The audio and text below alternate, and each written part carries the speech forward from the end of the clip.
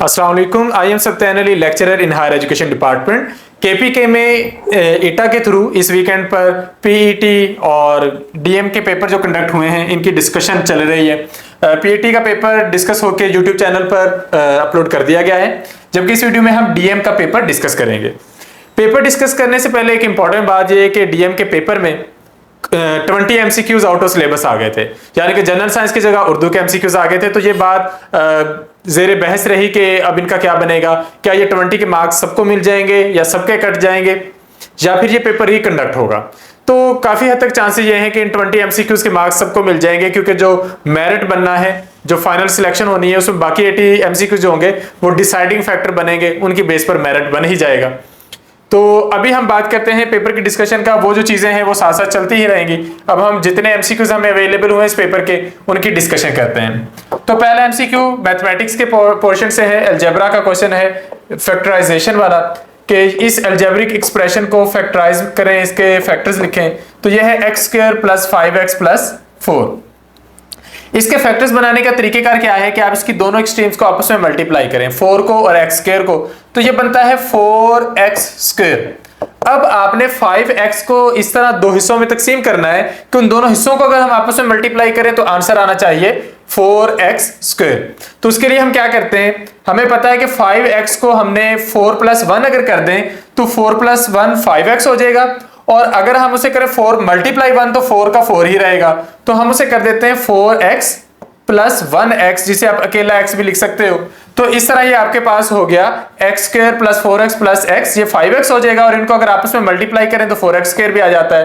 तो ये एक चीज है जिसमें मिस्टेक करने के चांसेस होते हैं, आगे काम आसान है। इससे आगे क्या है कि पहले में x कॉमन है तो x + 4, और इनमें चूंकि कुछ भी कॉमन नहीं है, तो जब कुछ कॉमन नहीं होता तो हम 1 कॉमन ले लेते हैं, ये भी है x + 4। तो इससे आगे आपने इसके दोनों फैक्टर्स लिख लेने, x + 4 × x + 1। तो यहां पर ये हमने इसकी फैक्टराइजेशन कर ली। तो ये इसकी फैक्टराइजेशन का तरीकेकार है। नेक्स्ट क्वेश्चन है, find the cardinality of set A 1 2 3 4। तो सेट A की कार्डिनैलिटी में 4 चीजें हैं, 4 एलिमेंट्स हैं, क्योंकि सेट A के पास टोटल हमने एलिमेंट्स काउंट करने हैं, और जितने एलिमेंट्स होंगे उतनी उसकी कार्डिनैलिटी होगी। तीसरा क्वेश्चन है, find the circumference of circle if radius = 7 centimetre. तो सर्कमफरेंस मालूम करने का जो हमारे पास फार्मूला है, दैट इज = 2πr। ये इससे हम सर्कमफरेंस मालूम कर लेते हैं।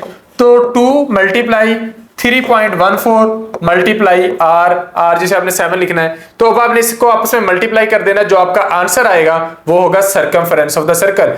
कभी कभार ऑप्शंस में ऐसे नहीं होता, ऑप्शंस क्या होते हैं कि 2 × 22/7 × 7।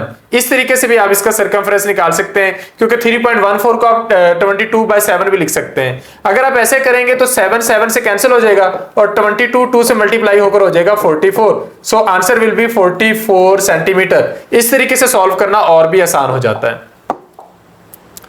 When we multiply a number by 6.2 and add 8 to the product, then answer is 31. Find the number. For example, वो नंबर कोई x है, तो अगर हम x को 6.2 से मल्टीप्लाई करते हैं और फिर उसमें 8 ऐड कर देते हैं, ये जो इनकी प्रोडक्ट आएगी उसमें 8 को अगर हम ऐड कर दें तो आंसर आ जाएगा 31। अब आपने x को फाइंड आउट करना है। तरीकेकार ये है कि आप 8 को दूसरी साइड पे ले जाएंगे, 31 में से जब आप 8 को माइनस करेंगे ये 23 रह जाएगा, और फिर आपने 6.2 को दूसरी साइड पर 23.2 से डिवाइड कर देना है। तो ये आपके पास 23 को 6.2 से डिवाइड कर देना है, तो आपके पास x की वैल्यू आ जाएगी।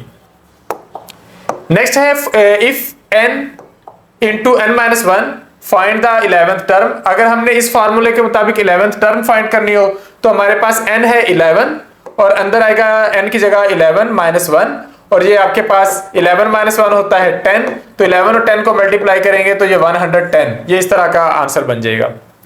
नेक्स्ट क्वेश्चन है, इंग्लिश के पोर्शन से, इंग्लिश ग्रामर से, kindly open the door dear friend. ये एक सेंटेंस है, इसमें आपने एडजेक्टिव ढूंढना है। तो एडजेक्टिव खूबी होती है जो किसी नाउन के साथ जुड़ी होती है। तो फ्रेंड के लिए जो डियर की टर्म है या वर्ड है, ये आपके पास इसका एडजेक्टिव है। Median of first 10 whole numbers is. तो पहले 10 नंबरों का आपने मीडियन फाइंड आउट करना है। तो ये आपके पास होता है मीन मीडियन और मोड। तो पहले 10 होल नंबर आपको अगर आप पता है तो आप उनका मीडियन फाइंड आउट कर सकते हैं। पहले 10 होल नंबर हैं 0, 1, 2, 3, 4, 5, 6, 7, 8 और 9। अब मीडियन मालूम करने का तरीकेकार क्या होता है कि हम पहले नंबर्स को तरतीब से लिखते हैं। हमने लिख लिया, अब आपने जो नंबर दरमियान में आएगा तो आपने उसको मीडियन डिक्लेयर कर देना है। लेकिन अब यहां पर 2 नंबर दरमियान में आ रहे हैं कि इधर से हम 3 काट देते हैं, इधर से भी 3 काट देते हैं, फिर इधर से 1 नंबर काट दिया, इधर से भी 1 काट दिया, तो दरमियान में 1 नंबर की बजाय 2 बच गए। क्योंकि अब अगर आप इन दोनों को काटते हो बाकी तो बच कुछ नहीं जाता। तो अगर आपके पास ओड नंबर हो, ताक नंबर हो और उनका मीडियन निकालना हो तो दरमियान में 1 नंबर बचेगा। लेकिन अगर पहले ही इवन हो तो दरमियान में 2 नंबर बच जाएंगे। तो मीडियन निकालने का तरीकेकार यह है कि आप दोनों को जमा करेंगे और 2 से डिवाइड कर देंगे, आपके पास आपका आंसर आ जाएगा। नेक्स्ट क्वेश्चन है when 9528 is divided by 48 find the quotient. तो आपने इसको सॉल्व करके देखना है। सिंपली 9528 को आप 48 से डिवाइड करें तो 48 1s आर 48, ये आपके पास 47 बचा, ये यहां पे 2 आगे साथ। 48 को अगर आप 9 से मल्टीप्लाई करें तो ये हो जाएगा 8 9s आर 72, 4 9s आर 36 और 7 43, तो ये 432 आ जाएगा। फिर इसमें से ये आप साथ 8 लिखेंगे। 48 को आप किसी ऐसे से मल्टीप्लाई करेंगे आपके पास 408 आ जाए। हम इसको करके देखते हैं, तकरीबन हम इसे 8 से करके देख लेते हैं। 8 8s आर 64, 4 8s आर 32, 32 और 6 38, तो ये 384 आ जाएगा। अब यहां पर 8 में से 4 माइनस किया 4, 10 में से 8 को माइनस किया 2, ये आपका रिमाइंडर है, ये आपका क्वोशिएंट है और ये आपका डिवाइजर है, ये आपका डिवाइडेंड है। यानी कि जब आप चीजों को डिवाइड करते हैं तो टोटल 4 टर्म्स बहुत इंपॉर्टेंट होती हैं। जिसको डिवाइड कर रहे हो वो डिवाइडेंड है, जिससे डिवाइड कर रहे हो उसे डिवाइजर कहेंगे, और ये आपका क्वोशिएंट होगा और ये आपका रिमाइंडर होगा। अच्छा, इससे आगे trigonometric identity 1 plus cot square theta is equal to. अच्छा, हमने इसको फाइंड आउट करना है। 1 प्लस कॉट स्क्वायर थीटा, अगर हमें कॉट थीटा की वैल्यू पता है तो कॉट स्क्वायर हम मालूम कर लेंगे। तो ये आपके पास हो जाएगा 1 plus cos divided by sine theta, cos theta divided by sine theta, इसका आपने स्क्वायर ले लेना है। कॉट क्योंकि कॉट बराबर होता है कॉस बटा साइन के, तो आपने इनका स्क्वायर लेना है। ये आपका हो जाएगा 1 plus cos square theta divided by sine square theta. अब आप यहाँ पे जो साइन स्क्वायर थीटा है वो आप ले सकते हैं कॉमन, और ये आपका हो जाएगा sine square theta plus cos square theta, और sine square theta plus cos square theta बराबर होता है 1 के, तो ये हो जाएगा 1 divided by sine square theta. अब आपने 1 divided by sine square theta की वैल्यू लिख लेनी है जो असल में है सीकेंट स्क्वायर थीटा, तो ये आपके पास ये आपका आंसर आ जाएगा। So 1 plus cot square theta is equal to secant square theta, ये आपका आंसर है। नेक्स्ट है 3 और -4 which lies in which quadrant. अच्छा, क्वाड्रेंट यूं होते हैं कि ये आपके पास एक्स एक्सिस है प्लस में, ये माइनस में, ये वाई प्लस में है और ये वाई माइनस में है। अब आपके पास एक्स की वैल्यू प्लस में है तो ये इस साइड पे आएगा, तो ये वाली साइड्स आपकी नहीं आएंगी, और y की वैल्यू माइनस में है तो ये नीचे आएगा, तो ये आपका राइट आंसर है। ये पहला क्वाड्रेंट होता है, ये दूसरा क्वाड्रेंट होता है, ये तीसरा होता है और ये होता है चौथा, तो आपका राइट आंसर है 4th क्वाड्रेंट। नेक्स्ट है नज़म के क्या मानी है। नज़म के मानी है चीज़ों को तंजीम में रखना, तरतीब में रखना। तो जब कोई चीज़ें तरतीब में हो, नज़्म ज़ब्त में हो, उसको नज़म कहते हैं। उर्दू में ये शायरी की इस्तिलाह है। कनाया, कनाया के मानी इशारे के हैं कि अगर आप कोई तारीखी वाक़या बताने के लिए या कोई किसी वाक़े की तरफ इशारा करने के लिए अल्फाज का चुनाव करें, इशारों में बात करें, तो कनाए की जुमरे में आएगा। रूफ़े इस्तफहाम किसे कहते हैं? ऐसे अल्फाज जो सवाल पूछने के लिए इस्तेमाल किए जाते हैं। लाइक आप अगर यूज़ करें वर्ड क्यों, कब कैसे, तो हरूफ इस्तिफहाम होंगे। 2005 के ज़लज़ले में कितने लोग फौत हो गए थे, इसका आंसर मुख्तलिफ जगहों से मुख्तलिफ मिल रहा है, लेकिन जो ज़्यादातर जगहों पर आंसर आपको मिलेगा स्पेशली इंटरनेशनल लिटरेचर में, वो आपको 86,000 से लेकर 87,000 तक मिलेगा कि ऑलमोस्ट इतने लोग वफात पा गए थे या मारे गए थे जब 2005 का ज़लज़ला आया था। ब्लूइश मीनिंग, ब्लूइश मतलब कोई चीज ब्लू कलर के करीब हो, लाइट ब्लू कलर हो या ब्लू लाइक हो एक्चुअली, तो उसे हम ब्लूइश मीनिंग में लेंगे।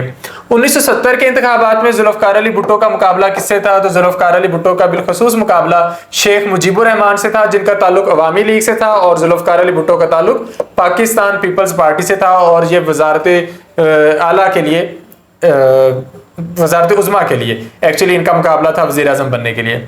हजरत उमर फारूक रज़ियल्लाहु अन्हु का दौरे खिलाफत कितने अरसे तक कायम रहा, तो ये 10 साल।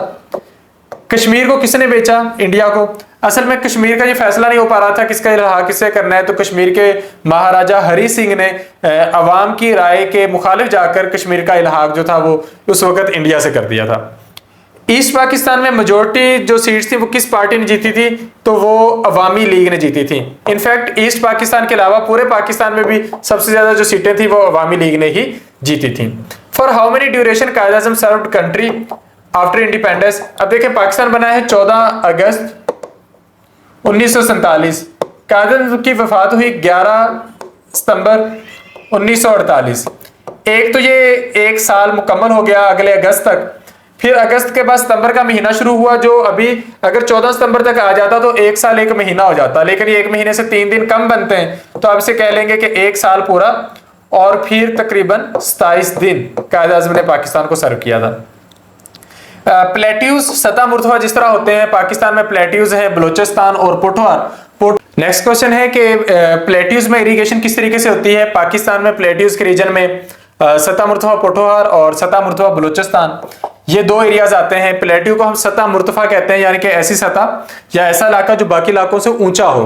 तो पाकिस्तान में जो पोठोहार वाला एरिया है, इसमें ये सारा रावलपिंडी और जेहलम कलर का हार वाला रीजन आता है, और जो सतह मुर्तफा बलूचिस्तान वो बलूचिस्तान में है। तो यहाँ पर इरिगेशन किस तरीके से होती है, उसके लिए एक बड़ा ही कदीम सिस्टम चल रहा है जिसे कारेज कहते हैं। ये तकरीबन आप कह लें कि अंडरग्राउंड कुएं खोदे जाते हैं बड़े बड़े, और फिर उनको आपस में कनेक्ट कर दिया जाता है, तो वो अंडरग्राउंड नहरों जैसा निज़ाम बन जाता है। तो ये बड़ा पुराना और मौसर निज़ाम है जो यहाँ पे काम कर रहा है। Harappa is located in, Harappa जो है ये पंजाब में है, और पंजाब में ये साहिवाल के करीब है। दौरा शाम में हजरत मोहम्मद सल्लल्लाहु अलैहि वसल्लम के साथ कौन था, तो हुजूर के साथ हजरत खदीजा के गुलाम थे जिनका नाम था मैसरा। इन्होंने शाम से वापसी पर हुजूर नबी अकरम सल्लल्लाहु अलैहि वसल्लम के इखलाक और ईमानदारी की तारीफ की थी। तो यहाँ पर ये डिस्कशन होती है कंप्लीट। उम्मीद है आपको सारी चीज़ें समझ में आई होंगी। अब जिन कैंडिडेट्स की अभी तैयारी रहती है, जिनके पेपर अभी रहते हैं, वो हेल्पिंग मटेरियल की डिमांड कर रहे हैं, उनको हेल्पिंग मटेरियल चाहिए, तो हेल्पिंग मटेरियल लेने के लिए आप डिस्क्रिप्शन में दिए गए नंबर पर रब्ता कर सकते हैं। थैंक यू, अल्लाह हाफिज़।